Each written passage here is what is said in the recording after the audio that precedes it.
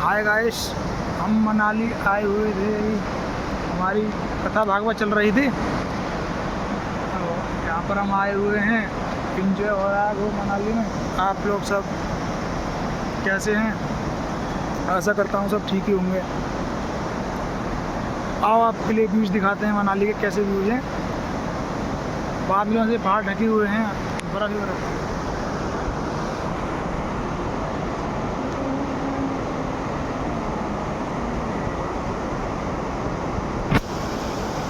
आप नज़ारों का आनंद लीजिए। खूब ये ब्यास नदी भी बह रही है यहाँ पर।